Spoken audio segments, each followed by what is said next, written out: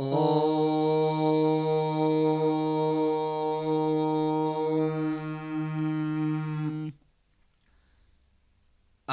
लिङ्गाष्टकम्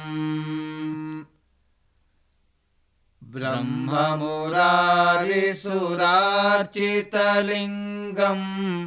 निर्मलभासितशोभितलिङ्गम् जन्मजदुःखविनाशकलिङ्गम् तत्प्रणमामि सदा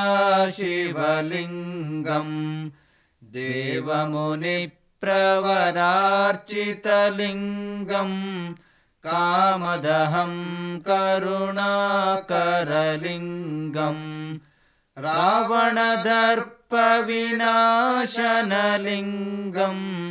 तत्प्रणमामि सदा शिवलिङ्गम् सर्वसुगन्धिसुलेपितलिङ्गम् बुद्धिविवर्धनकारणलिङ्गम् सिद्धसुरासुरवन्दितलिङ्गम् तत्प्रणमामि सदा शिवलिङ्गम् कनकमहामणिभूषितलिङ्गम्